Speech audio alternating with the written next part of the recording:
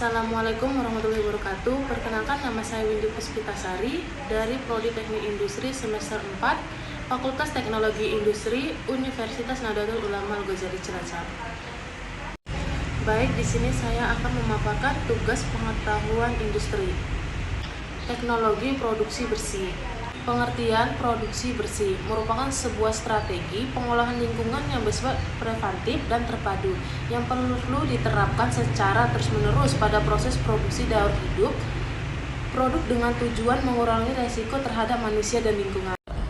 Tujuan teknologi produksi bersih untuk memenuhi kebutuhan kita akan produksi secara berkelanjutan dengan menggunakan bahan yang dapat diperbarui, bahan yang tidak berbahaya, dan penggunaan energi secara efisien dengan tetap mempertahankan keanekaragaman.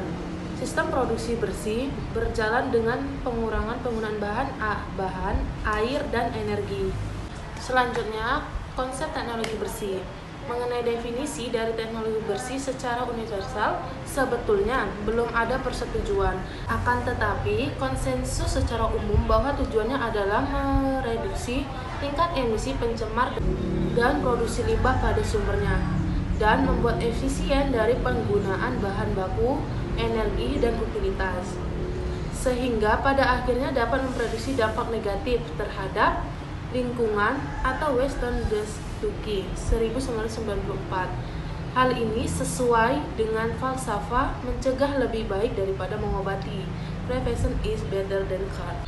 Prinsip produk bersih ada 5. Yang pertama, elimination atau pencegahan adalah upaya untuk mencegah timbulnya limbah langsung dari sumbernya, mulai dari bahan baku, proses produksi sampai produk. Nah, yang kedua ada retching atau berpikir ulang. Adalah suatu konsep pemikiran yang harus dimiliki pada saat awal kegiatan akan beroperasi. Nah, yang ketiga ada reduce atau pengurangan. Adalah upaya untuk menurunkan atau mengurangi timbulan limbah pada sumbernya.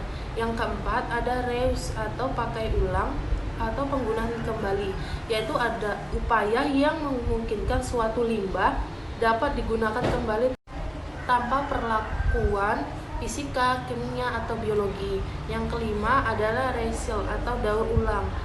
Adalah upaya mendaur ulang limbah untuk memanfaatkan limbah. Keberhasilan teknologi produksi bersih. Yang pertama, berkurangnya pemakaian air. Yang kedua, peningkatan efisiensi energi.